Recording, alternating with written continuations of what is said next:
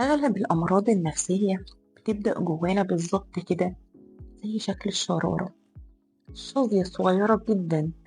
الشعلة اللي ممكن تكون أصلا مش مولعة، لكن سخنة قوي، حتة الفحم كده سخنة قوي.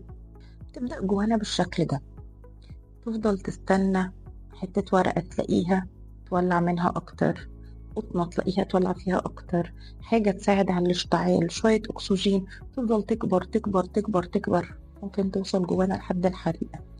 أنا ليه بقول كده؟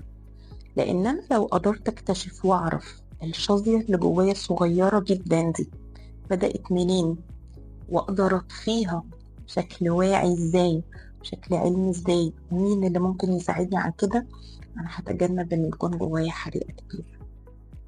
متستناش لحد ما الشظية توصل إنها تبقى حريقة كبيرة، ابدأ فيها من وهي صغيرة. اعرف إيه الأدوات اللي ممكن تطفيها إزاي، مين ممكن يساعدك، خد الخطوة بسرعة.